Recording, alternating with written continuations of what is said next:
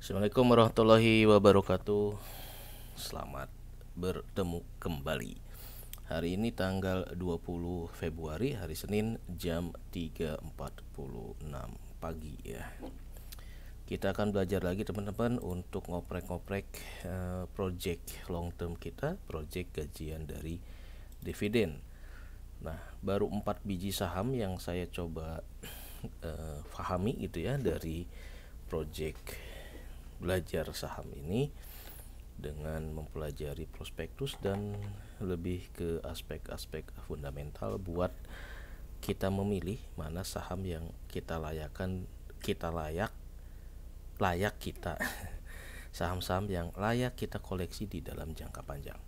Yang pertama FVCT udah pernah kita ulas sebelumnya dan ini menarik kalau untuk dicermati buat yang pemula kayak saya, mencermati kelakuan bandar di dalam mengkadalin saham-saham yang IPO yang fundamentalnya agak lumayan.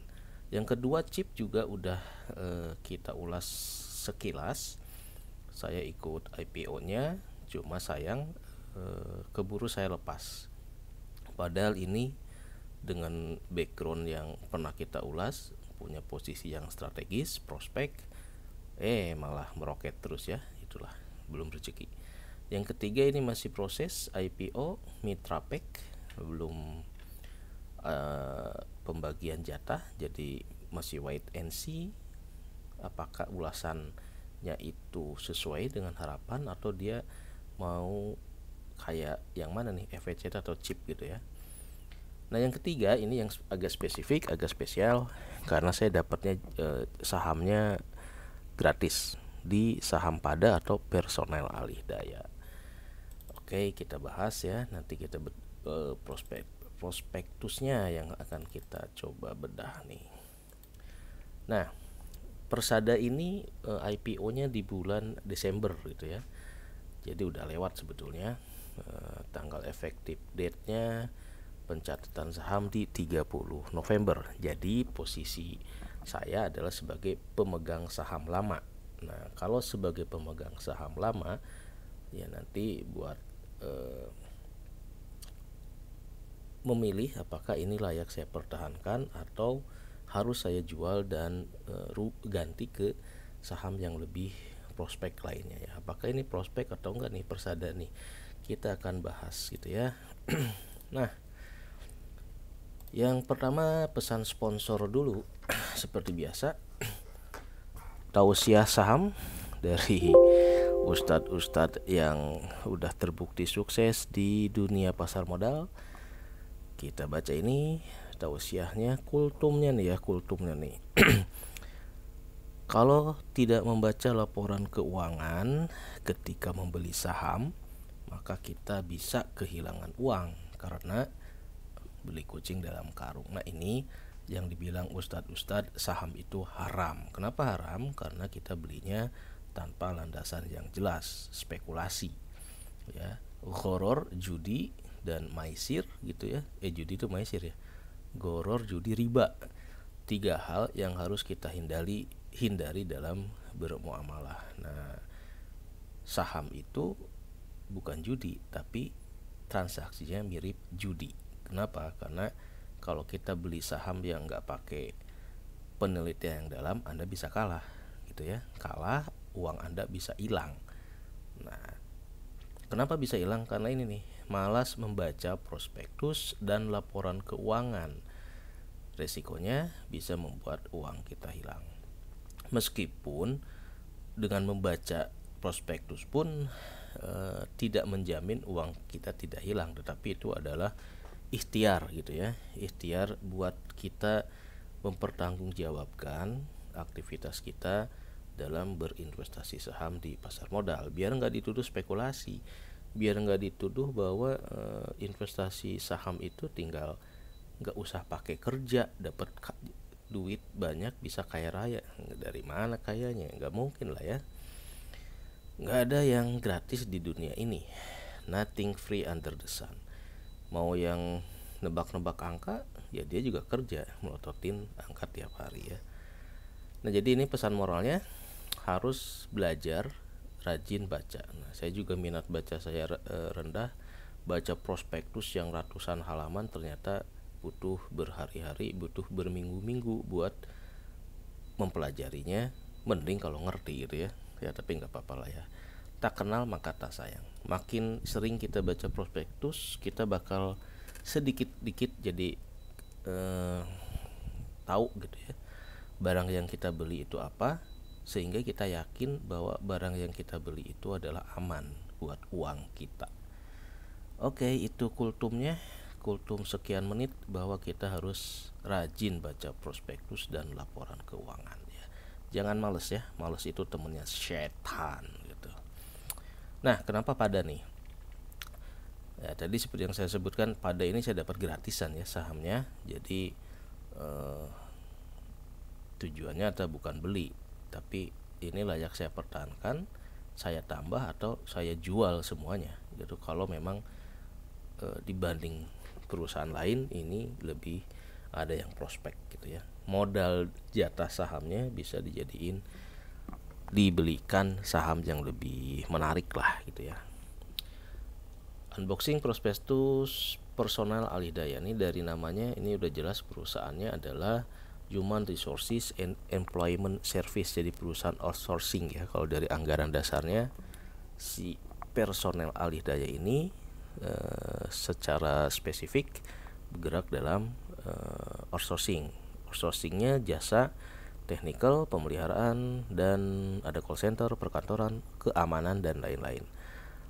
Nah, nanti kita lihat satu persatu dari semua aspek yang ada di prospektusnya si Persada ini. Proses IPO-nya di tahun kemarin November Desember, jadi ini udah publik ya, udah publish. Kemudian harga IPO-nya di 100 perak, tanggal pencatatan dan lain-lain itu di periode Desember.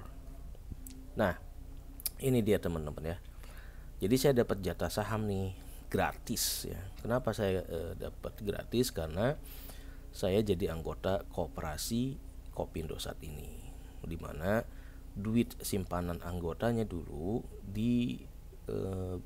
dijadikan modal buat membentuk yang namanya unit usaha. Unit usahanya itu yaitu Personal Alidaya atau outsourcing lah gitu ya, dimana saya dapat jatahnya itu sekitar 95.900 lembar atau sekitar 900 slot. Nah, harga closing di tanggal berapa Jumat minggu kemarin itu si pada ini udah turun ke 156.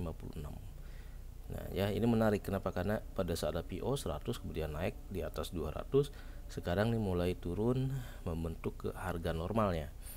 Nah nanti kita lihat nih apakah saham pada ini dibanding saham yang lainnya gimana ya, yang sesama saham IPO gitu ya. Apakah ketinggian, kemahalan, kemurahan atau gimana? Kita akan lihat. Nah, kalau kita hitung dengan harga yang 156 dan jatah preman saya sekian lembar, berarti ini saya punya duit peluru sekitar segini nih, 15 jutaan lah ya. Kalau dia nggak turun lagi di 150 perakan, berarti ini saya punya modal 15 juta. Nah, 15 juta ini apakah tetap saya hold di saham pada ketika lock up periodnya sudah selesai, atau saya jual kemudian saya belikan saham lain yang lebih prospek dividennya ya, karena target kita adalah gajian dari dividen.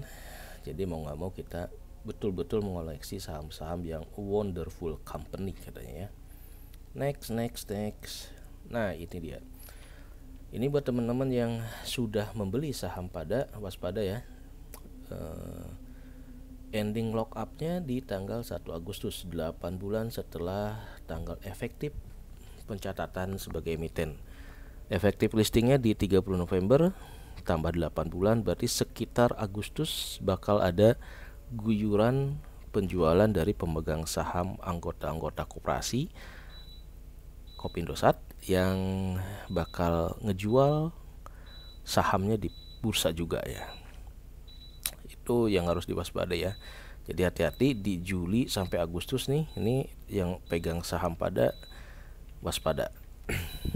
Kenapa? Karena bakal penjual saham existing bakal menjual rame-rame karena anggota Kopindo saat itu ya ribuan ya, ribuan. Jadi bakal mungkin bisa turun, dropnya lumayan gitu. Nah, ini adalah perbandingan nih. Karena kita mau ngoleksi saham, mau mencermati saham yang tadi yang 4 yang baru saya pelajari, FVCT, CHIP, PTMP belum, dan Pada 4 ya. Harga penutupan di 17 Februari FVCT nih 120, Pada 156. FVCT di bawahnya si Pada. Nah, nanti kita lihat ini secara fundamental bagusan mana ya. Dari sisi laba, dari sisi prospek, dari sisi risiko usaha, bisa nanti teman-teman bandingkan apple to apple. Kalau punya duit beli ke sini atau ke sini ya. Nanti bisa ketahuan mana yang lebih menarik. Oke, sekilas nih. Nah, project frameworknya adalah seperti ini ya. Karena saya bikin projectnya gajian dari dividen, jadi benar-benar harus mensaring, memfilter saham mana saja yang kira-kira layak untuk dipegang dalam jangka panjang. Jadi motivasi investasinya kita ke nomor 2, ngincer dividen ya, bukan ke nomor 1 yang beli pagi jual siang gitu ya. Biar kita lebih terjamin aspek halalnya ya. Jadi tujuannya adalah nabung saham biar nanti suatu saat dapat gaji dari dividen atas saham yang kita miliki. Nah, ini tahapan-tahapannya. Tahap yang pertama ini pembagian bonus saham 956 lot udah selesai di Desember. Sekarang kita ada di tahap ini, menganalisa fundamental saham si Padanya nih ya.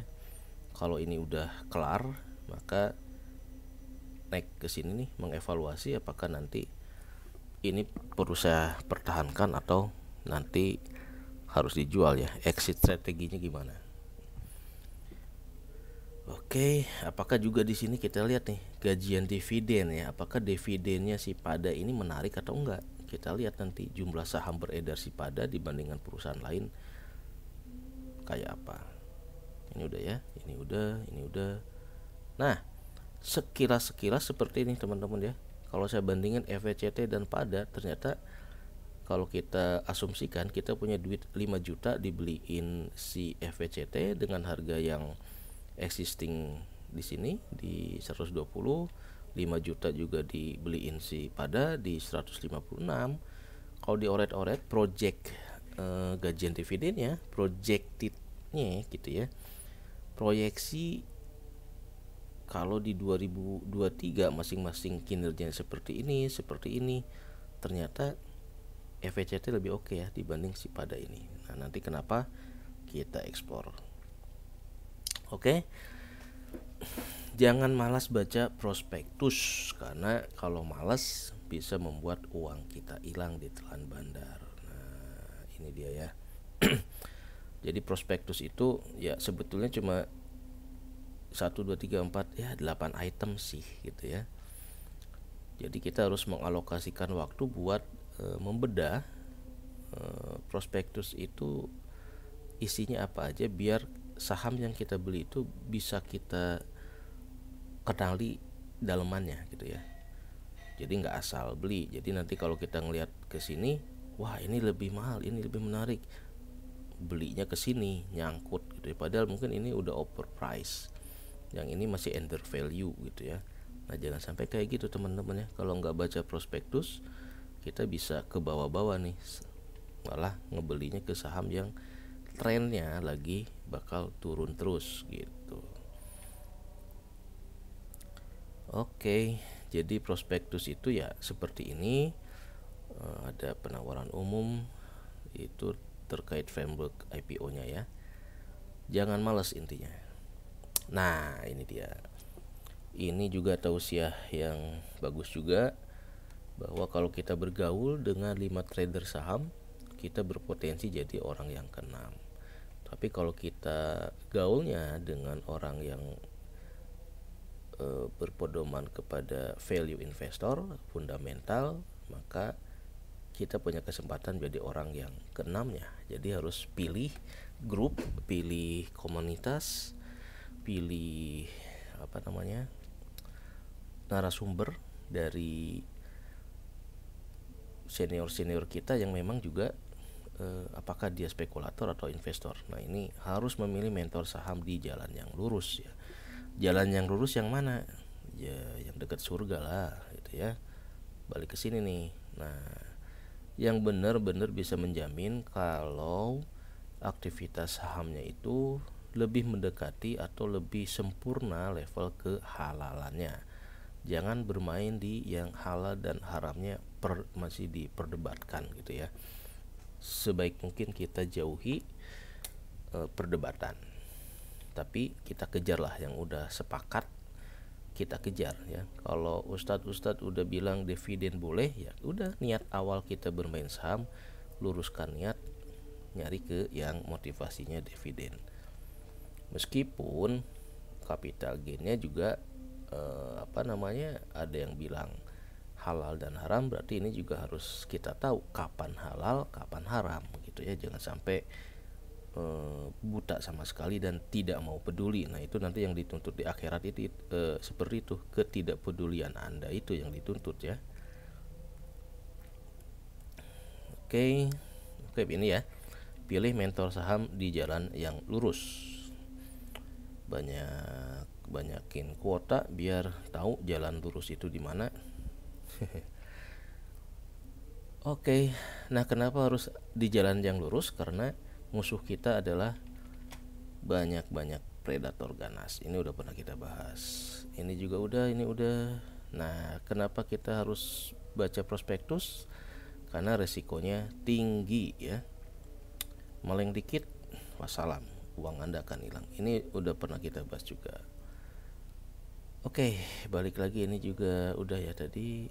Nah, ini dia sekilas tentang personel Alhidayah ya. Kenapa saya dapat sahamnya secara gratis yang 900 lot. Jadi personel Alhidayah nih, yang ini adalah anak koperasi dari Kopindosat. Kopindosat, Koperasi Pegawai PT Indosat. Memiliki 83%, kemudian Pak Sigit ini 16, dia membentuk yang namanya personel Alhidayah yang spesialisasinya di bidang outsourcing. Awalnya sih outsourcing buat supply ke Indosatnya gitu ya, tapi setelah perkembangan usaha ternyata dia bisa ekspansi ke perusahaan lain. Nah, struktur grup ya, investasi para anggota koperasinya di personel Alhidayah. Jadi ini koperasi punya anak perusahaan, ada personel Alhidayah, ada ini. Dia membentuk satu anak perusahaan. Nah, yang menarik ini teman-teman ya. Jadi si personel Alhidayah ini juga punya anak perusahaan namanya Jaringan Solusi Teknik. Nah, ini adalah bonus kalau teman-teman beli saham si Persada ini, karena suatu saat kelihatannya ini yang bakal jadi kuda hitam nih, Jaringan Solusi Teknik ini ya. Ini bisa mungkin nanti di IPO kan juga nih kalau omset dan labanya udah miliaran, karena ini lebih core-nya lebih spesifik di bidang telekomunikasi gitu ya. Cuma sayang sih ini masih bayi, kelihatannya belum terlalu moncer gitu ya, tapi ada peluang gitu ya. Kalau di personel Alhidayah kayaknya kalau outsourcing memang agak kurang menarik gitu ya. Tapi kalau di sini mungkin bisa lebih luas menggarap proyek-proyek telekomunikasi. Oke, jadi ini struktur perseroannya, dia dimiliki oleh koperasi si personel Alhidayah ini. Nah, problemnya adalah ini teman-teman ya. Ini lihat nih. Ada 300.000 anggota koperasi. Artinya apa? Teman-teman harus hati-hati nanti ketika lock up period ya, bakal ada 300.000 pemegang saham yang bakal buang saham si pada ini. Nah, ini bisa lebih ke bawah lagi gitu ya. Kenapa? Ya karena yang dapat bonus sahamnya adalah anggota koperasi ini. Kenapa dia dapat bonus saham? Ya karena sebagai anggota koperasi kan dia tiap bulan dipotong tuh duitnya ya, 100.000 sehingga misalkan kayak saya nih kerja 20 tahun lebih ya dikali 100.000 kan lumayan ya, 20-30 juta, diambil sekian persen buat modal membentuk anak perusahaan di personal alidai ini. Jadi waspadalah nanti di Juli atau Agustus bakal ada potensi 300.000 anggota koperasi yang buang saham si personel alidaya ini ya. Itu catatan saya. Oke, company profile.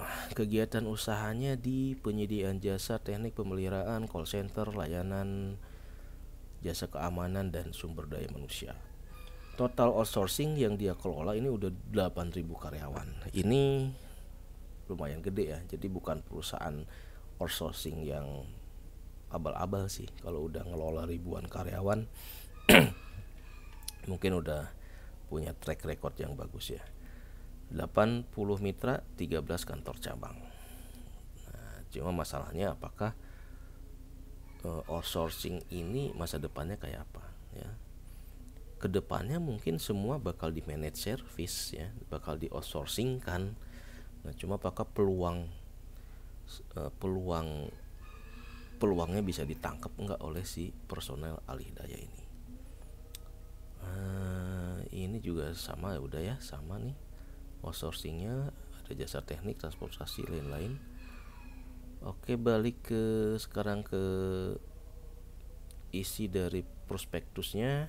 Nah, kemarin yang ditawarkan adalah 900 juta lembar atau dapat tambahan modal 90 miliar. Nah, nanti kita lihat dengan injeksi dana yang 90 miliar ini dampak kepada si kondisi keuangannya bakal kayak apa. Ini juga oke, udah. Ini kondisi awal, total saham yang beredarnya 2 miliar ya, 2,2 miliar. Kemudian setelah IPO menjadi 3,1 miliar. Nah, ini teman-teman harus bandingkan jumlah saham yang beredar dari satu emiten ya dengan labanya nanti ya. Jadi misalkan tadi FVCT dengan pada. Nah, kita juga harus bandingin jumlah lembar saham si FVCT berapa, bandingkan dengan si pada gitu ya. Nanti earning per share-nya, laba per sahamnya itu lebih menarik siapa gitu ya. Lebih menarik yang mana maksudnya. Karena kalau ngincer dividen ya basicnya adalah earning per share. Ini lock up period udah ya tadi. Hati-hati di Juli Agustus bakal ada 300 orang yang bakal jual saham gitu ya. 3.000 anggota koperasinya yang bakal ngelepas saham di pada ini. Waspadalah. Penggunaan dana IPO ini standar lah ya. Buat ini, buat itu, buat ini, buat itu. Ada buat, nah sisanya digunakan modal kerja. Bayar utang ada nggak ya? Ya, ini bisa berubah, bisa aja nanti bayar utang atau apa juga bisa ya, tinggal lapor ke otoritas, nggak kaku-kaku amat. Nah, ini dia ya. Kenapa? Karena hutangnya si Persada ini lumayan gede.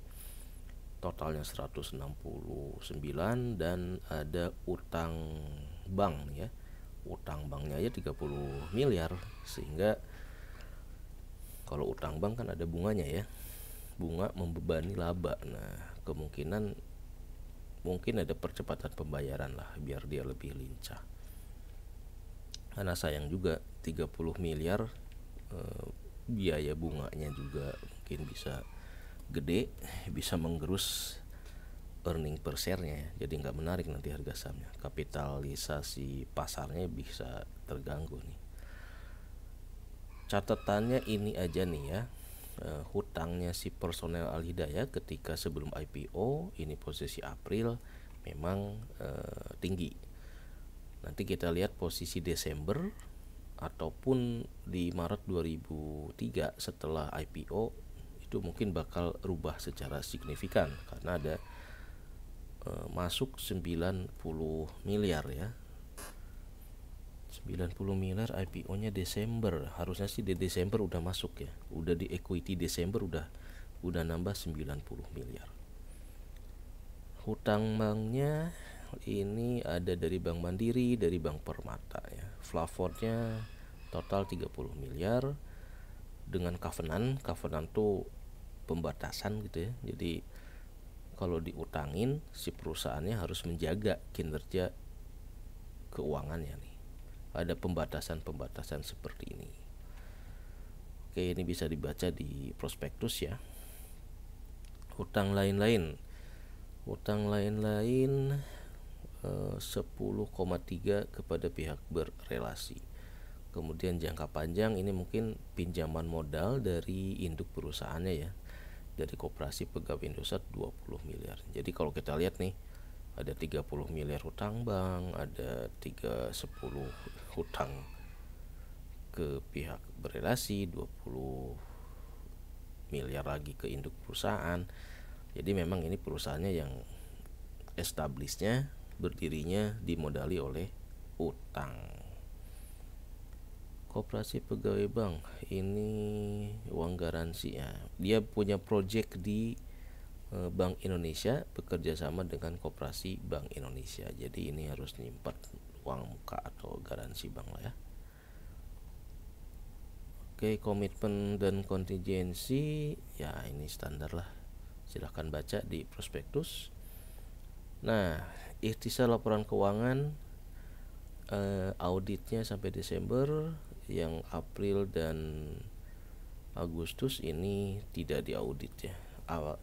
Untuk IPO diaudit di April. Untuk yang ini per book internal perusahaan, kita lihat asetnya mentok di 200 miliar nih ya. Jadi nggak banyak lonjakan aset, jadi masih di bawah 1 triliun. Nah ini jadi satu patokan juga kalau mau ngincer saham yang layak dijadikan project gajian dividen. Kita harus lihat juga nih total asetnya udah di atas triliunan atau belum ya. Jadi kalau cuma 200 miliar 100 miliar ya itu mah udahlah, harus kita jadikan layer ketiga atau keempat gitu ya dari list prioritas jangka panjang kita. Kenapa? Karena kalau pertambahan asetnya cuma segini berarti kan kondisi labanya juga kecil gitu ya. Dari 200 ke sini nggak terlalu menarik gitu kalau labanya kecil. Kita lihat nih kas piutangnya gede banget ya, 148, karena memang ini tagihan ke rekanan outsourcingnya ya. Jadi angka piutangnya harus kita lihat secara lebih seksama. Aktiva tetap 31 mungkin ini berupa gedung ya, nanti kita explore lagi. Hutang juga kita lihat nih 140 dari 2019. Hutangnya relatif stabil ya. Artinya apa? Tutup lubang gali lubang. Karena pembiayaan operasionalnya lebih mengandalkan financing cost gitu ya, sehingga bunga beban keuangannya ini masih tinggi. Modalnya ini hutang jangka pendek, ini hutang jangka panjang. 185 hutangnya teman-teman ya. Rasio kecukupan utang nanti bisa dieksplor. Nah ini kenapa harus berutang ya, karena memang modalnya masih minim, masih mengandalkan pendanaan dari pihak eksternal, makanya dia IPO. Kita lihat nih ya, ini posisi ekuitas 51,5 sebelum ada tambahan IPO 90 miliar. Nanti Di posisi Desember mungkin equity-nya lebih bagus ketiban 90 miliar, jadi 91 tambah 51 tambah 90 bakal di atas 140 ya, 140 ya, 140-an miliar lah equity-nya ya. Jadi posisi fundamental keuangannya bakal lebih cakep. Ini ekspor tentang rugi laba. Nah, kita lihat nih ya. Di sini dari Desember 2021 labanya masih di bawah 5 miliar ya. 2 tahun berturut-turut 4. Sekarang di Agustus 2,3. Nah, ini mungkin kalau disetahunkan ya masih di level 4 sampai 5 miliar juga. Nah, yang menarik ini teman-teman ya, ada bagian laba atau rugi entitas asosiasi. Ini income dari anak perusahaan yang si jasa solusi teknik ya, mulai menghasilkan laba meskipun baru ratusan juta, tapi ya berarti udah mulai bagus nih ya.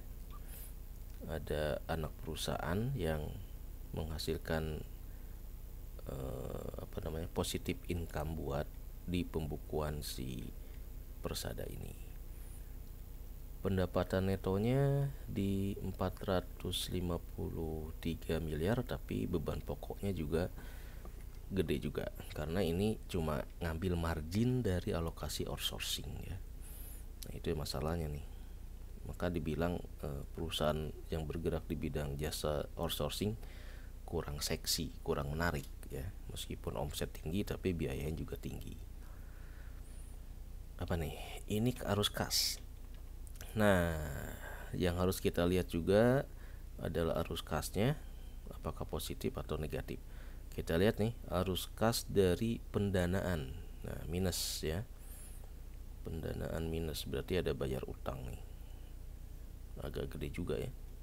Dari operasional 10/4/17 ini Juli ke Juli 7 bulan kas operasionalnya ada 8 miliar. Ini investasi, ini pembayaran utang nih, financing ya, pendanaan. Nanti kalau IPO bakal masuk di sini positif 90 miliar nih. Jadi arus kasnya bakal mantap. Rasio-rasio keuangan kayaknya standar lah ya. Ini pasti akan terjaga, jadi kita nggak terlalu banyak eksplor karena nanti figur setelah IPO mungkin itu lebih relevan untuk digali. Ini apa nih? Nah, isi prospektus di poin 5, analisis dan pembahasan. Nah, ini adalah penjelasan dari manajemen terkait dengan rasio keuangan dan faktor-faktor lainnya ya.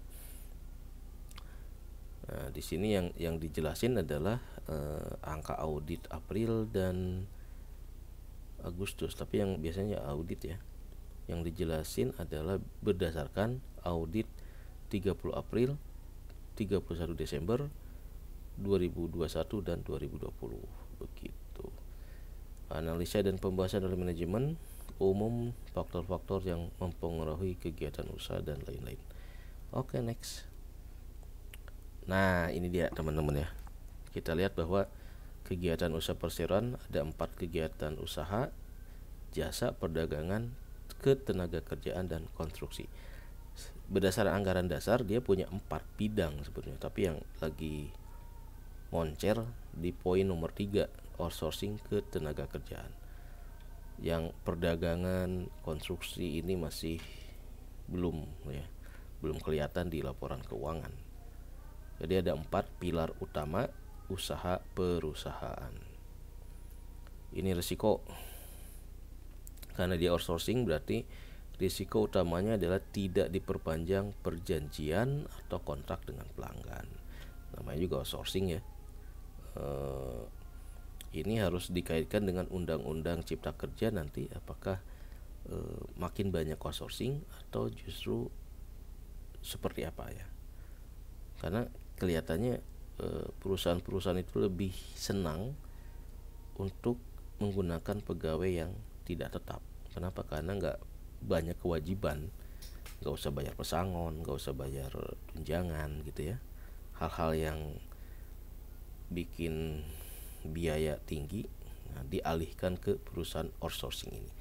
Ini salah satu peluangnya kalau omset dari project-project outsourcingnya bisa lebih luas lagi. Oke, risiko usaha yang bersifat material ya ini bisa dibacalah ya. Langkah-langkah untuk memperbaiki dan meningkatkan kinerja ya ini juga bisa dibaca teman-teman ya.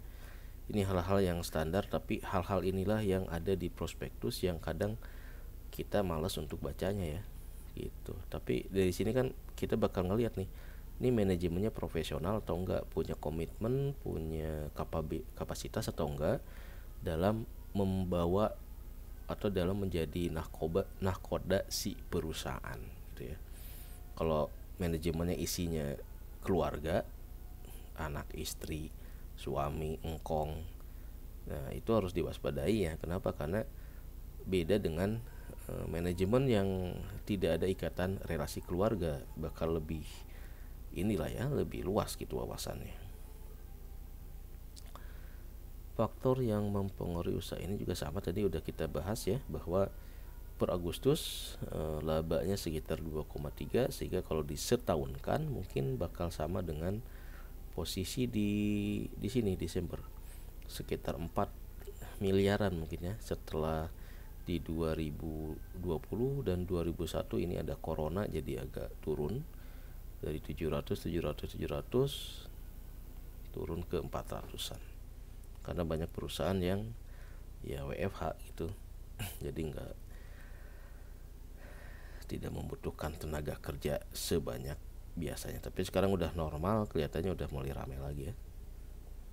Oke, ini dari sisi pendapatan yang bisa kita lihat.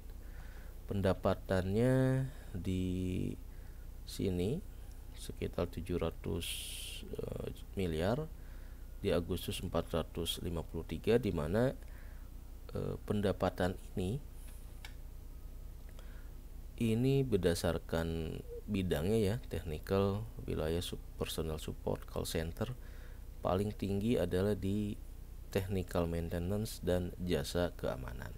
Pelanggannya dengan revenue porsinya di atas 10% ada Bank Syariah Mandiri, mungkin ini buat jasa keamanan tiap titik bank syariah ya, Bank Syariah Indonesia. Ada Bank Indonesia karena dia bekerja sama dengan Koperasi Pegawai Bank Indonesia. Nah, ada Ericsson. Kalau Ericsson ini mungkin karena Ericsson dipakai di si Indosatnya ya, jadi outsourcingnya dia dipakai di situ. Nah, selama Ericsson yang nggak cari ke tempat lain ya, ini bakal ada terus nih ya, bakal ada terus kontrak dengan dia. Ini baru dapet di 2021 ya, baru banget malah ya kontrak dengan Ericsson ya. Meskipun kelihatannya nih bakal turun kali ya, setahun 82, ini 25 buat 4 bulan ya. 4 bulan kali berapa, kali 4 ya, kali 3 berarti sekitar 75 ya. Kemungkinan agak-agak bisa turun atau tidak melebihi dari angka 82 ini kemungkinannya. Oke, ini detailnya.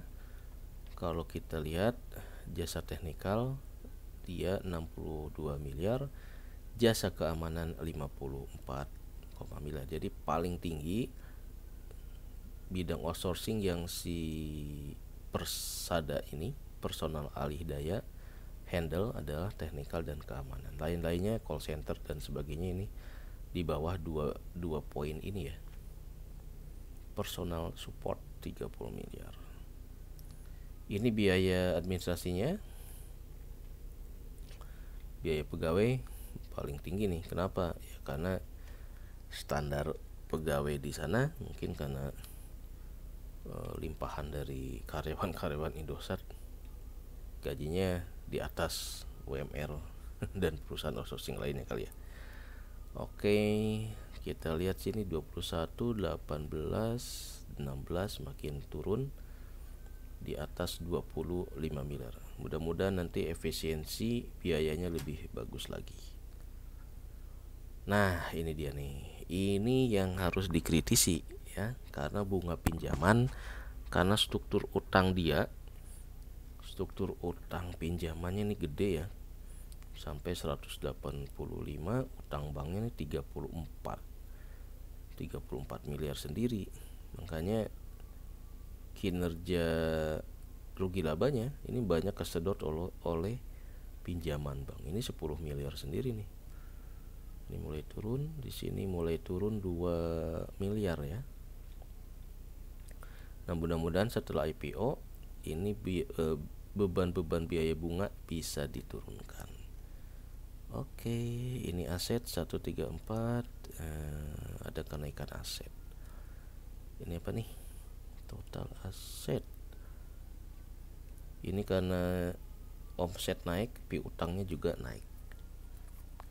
Sebetulnya kalau dari sisi keuangan hanya sisi utang dan piutang yang harus kita lihat.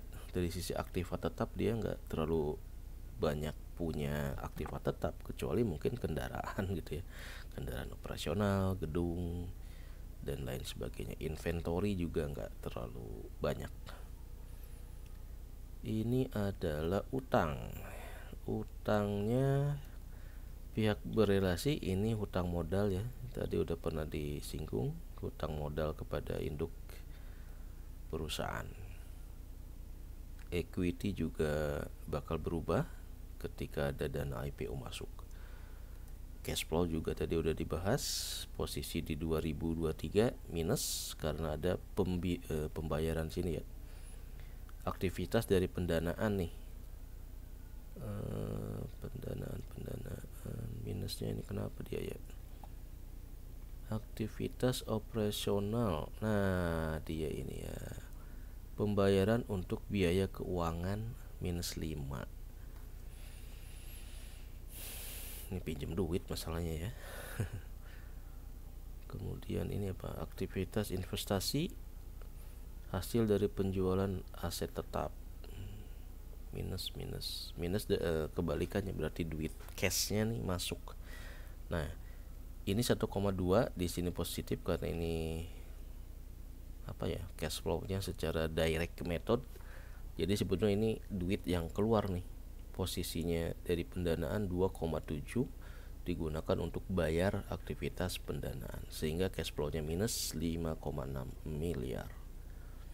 Ini udah. Ini dia segmen operasi. Segmen operasi itu dari aneka jasa itu mana yang paling profitable ya, lihat segitu. Kita lihat ini yang paling memberikan laba sebelum pajak yang tinggi adalah di sisi teknikal. Ini artinya margin keuntungannya cukup besar ya dibanding security 56, pada ini kan juga ke 67 masih puluhan, tapi di sisi segmen operasinya laba dari outsourcing bidang teknikal ini lebih bisa nego-negonya lebih tinggi gitu ya.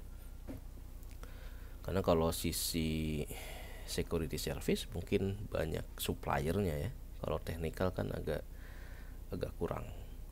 Call center juga di atas 1,4 miliar. Jadi ada 2 bidang yang segmen operasinya agak oke. Nah, ini tantangannya Undang-Undang Cipta Kerja, termasuk ini resikonya ya. Berdasarkan Undang-Undang Cipta Kerja, perseroan mempunyai kewajiban untuk memberikan uang kompensasi kepada tenaga alih daya, di mana uang kompensasi tersebut ditagihkan ke klien perseroan. Namun tidak semua klien mempunyai kemampuan untuk memberikan uang kompensasi. Nah, ini yang problem ya. Jadi misalkan gini nih, perusahaan dapat kontrak dari pabrik A. Nah, terus pabrik A-nya dalam periode kontrak itu sudah bangkrut ya. kontrak si outsourcing ini belum selesai sampai endingnya. Nah itu menjadi beban perusahaan. Kenapa? Karena kalau harusnya setahun 6 bulan misalkan udah diputus, berarti kan ada nganggur tuh ya. Nah inilah beban, salah satu resiko yang harus ditanggung. Jangan sampai putus kontrak harus bayar pesangon gitu. Ini salah satu problem sejak adanya undang-undang cipta kerja yang baru. Itu menjadi beban perusahaan di 2021 dan seterusnya. Risiko, nah ini risiko buat investor ya. Harus baca, harus paham, harus mempertimbangkan semua informasi dan lain-lain. Ini juga udah. Risiko yang paling utama apa ini? Oh ya, ini karena 3 customer yang sangat signifikan, BSI, BI, dan Ericsson. Jadi ini kalau yang ketiga ini memutus kontrak ya wassalam juga. Ketergantungan customernya rada-rada tinggi. Ini risiko usaha karena terkait orang, pasti bakal beda ya. Kualitas SDM-nya kalau bagus pasti direkrut sama perusahaan dia tempat kerja atau tempat magangnya gitu ya. Sehingga ada risiko dia harus melatih lagi dari nol. Nah itu risikonya outsourcing ya. Ini udah. Apa lagi ini? Risiko keterlambatan atau kegagalan pembayaran dari pelanggan. Nah ini juga nih, ini dampaknya kepada sisi piutang, karena piutangnya tadi tinggi juga ya, ratusan miliar. Kalau perusahaannya nggak bisa bayar ya jadi bad debt lah. Ketergantungan ini udah. Kejadian penting nggak ada. Nah ini struktur permodalan sejak awal seperti ini. Ini dummy doang nih kelihatannya. Cuma yang di sini nggak tahu nih ini dummy atau real ya. Aneh juga nih. Kenapa cuma Pak Sigit doang nih yang berani naruh, direksi lainnya kok nggak nyetor duit.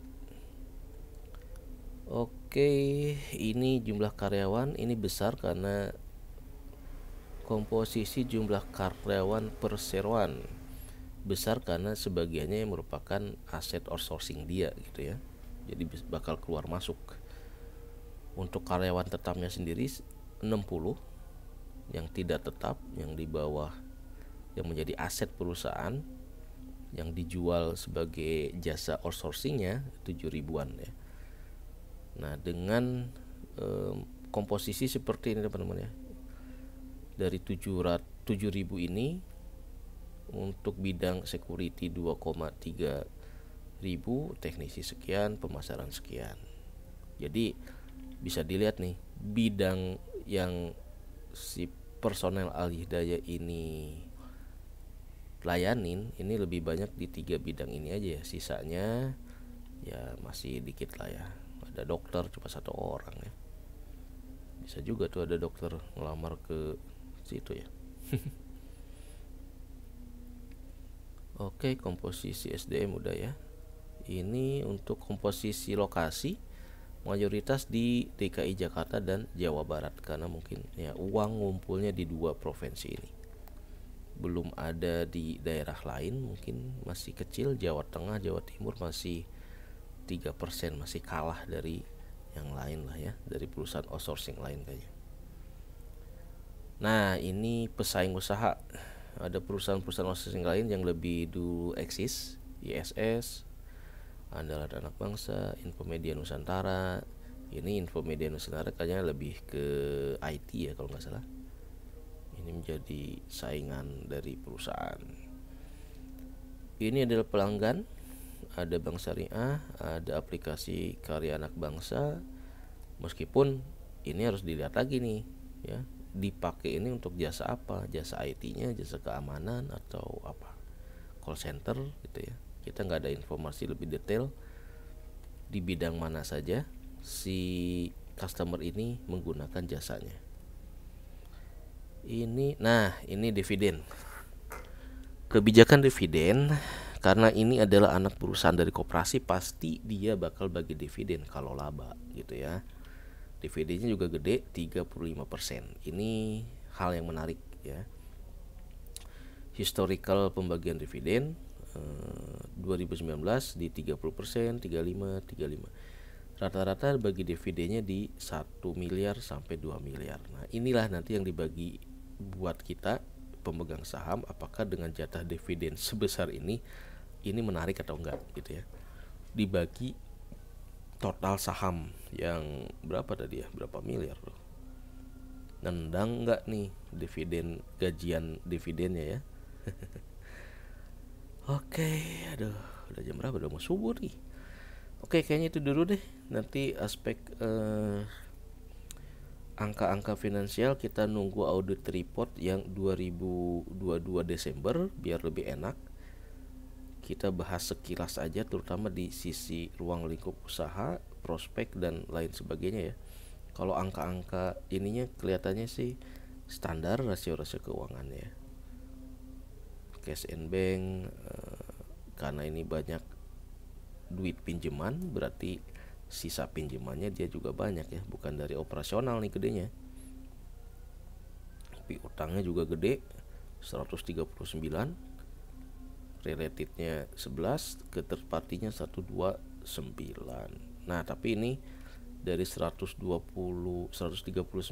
kelihatannya masih oke ya, pencadangannya masih, walaupun naik terus, pencadangannya ya sekitar 2 miliar. Kemudian posisi piutang yang lebih dari 120 hari di 16 miliar dari 141, berarti sekitar 10%. Udah mulai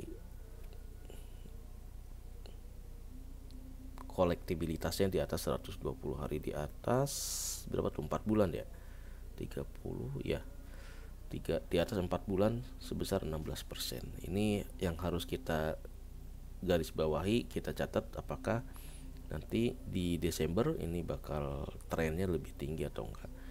Tapi di biasanya sih ini ada keterangan kalau angka ini masih manageable ya dari manajemennya. Ini persediaannya bahan kimia ya, mungkin karena terkait ada jasa pengamanan, jasa safety gedung gitu ya, mungkin ini terkait apar atau apalah, nggak terlalu signifikan persediaannya, jadi aman. Nah, ini utang untuk utang usaha 23 miliar, ada 21 miliar ke related, 2,3 nya ke pihak ketiga. Utang berelasi ya, 21 miliar itu ke koperasi pegawai, kepada induk perusahaan ya. Jadi utang usahanya kepada induk perusahaan ya, ini cincai lah ya, nggak terlalu berbahaya kalau memang ke induk gitu, karena yang punya. Utang bank masih ada 30 ke Bank Permata dan Bank Mandiri dari 76, 34, berarti ini sisa plafon ya mungkin. Kemudian ini Bank Permata nih baru injek juga kelihatannya di 2001. Ini juga sama nih related partinya. Nah, ini dia laba per saham ya. Ini setelah dia IPO, yang tadinya laba per sahamnya 291 perak langsung drop ke 0,5 perak teman-teman ya. Kenapa? Karena jumlah saham yang beredar menjadi 2,2 miliar, apalagi setelah IPO menjadi 3,1 miliar. Laba per sahamnya bakal ngedrop lagi. Nah, ini jadinya ini layak nggak nih kita koleksi ya buat gajian dividen kalau laba per sahamnya aja turun, apalagi dividen per share-nya. Kalau dari proyeksi price book-nya kira-kira seperti ini, masih di level 3 sampai 4 kali ya, dengan harga 156. Artinya ini harganya masih ketinggian sih ya. Ada kemungkinan turun lagi kali kalau price to book value-nya masih 3,5.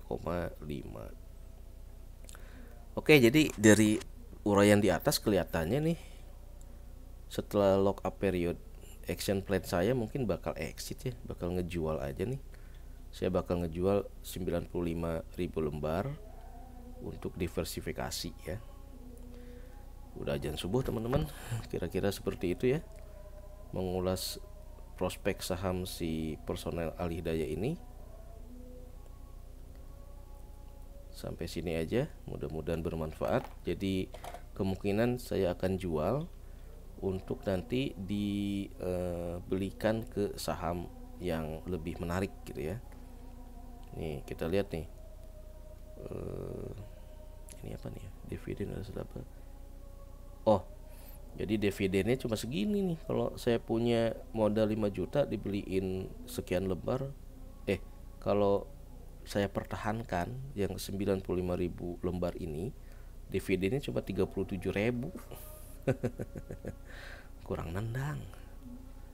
Oke. Nah, ini dari awal ya. Ketika kita bahas pertama nih, saya pantau 177, sekarang udah 15, makin turun.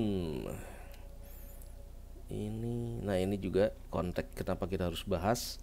Hindari beli saham IPO yang prospeknya malah bikin uang kita jadi hilang. Oke, jadi ini udah kejawab ya. Kita bandingkan prospek antara megang FVCT dan pada. Oke, kira-kira hasilnya seperti ini ya. Kalau saya punya modal 5 juta ya, dibeliin saham FVCT dan pada, kemungkinan saya dapat dividennya lebih tinggi di si pada ini, di si FVCT dibandingkan pada. Kenapa? Karena kinerja keuangannya FVCT, net income-nya ini lebih menarik nih, sekitar puluhan miliar ya, dibanding si pada yang masih di level 4-5 miliar ke bawah. Jadi kesimpulannya, untuk target kajian mana yang lebih baik untuk layak dikoleksi, kira-kira kalau dari hitungan saya nih seperti ini teman-teman ya. Dengan asumsi modal 5 juta, kayaknya lebih menarik kalau saya perbanyak di FVCT ini gitu ya. Kenapa? Karena laba dia, earning per share-nya atau dividen per share-nya 7,4 per lembar, sementara ini di bawah 1 perak ya. Kemudian juga total lembar saham FVCT ini cuma 1,8, lebih dikit. Sementara di sini di pada 3,1 miliar saham, otomatis jatah dividen sahamnya lebih rendah dong gitu ya. Labanya lebih tinggi, sahamnya lebih dikit, dividen persennya pasti jadi lebih banyak ya. Oke, nah, kira-kira kesimpulannya itu berarti di Agustus nanti saya bakal jual untuk exit strateginya si saham pada ini, karena dari hitung-hitungan saya dividen per share-nya itu lebih oke di saham lain dibandingkan memegang saham si pada ini. Jadi untuk analisa fundamental atas saham pada ini kita sudah laksanakan, dan ya dengan berat hati berarti saya akan menghindari untuk membeli saham ini ya. Ini ulasan pribadi, disclaimer dulu, bukan arahan, bukan ajakan untuk menjual atau membeli saham, tapi sekedar kita edukasi saham saja, bahwa kalau teman-teman memang serius ingin berinvestasi ya ini ya, jangan malas baca prospektus dan jangan malas untuk belajar memahami laporan keuangan, karena disinilah kunci sukses atau tidaknya kita berinvestasi di bursa saham. Oke, udah subuh, kita sholat subuh dulu ke masjid berjamaah. Jadi investor saham gak pernah sholat gak pernah sholat subuh berjamaah ke masjid, susah cuannya. Oke, wassalamualaikum warahmatullahi wabarakatuh.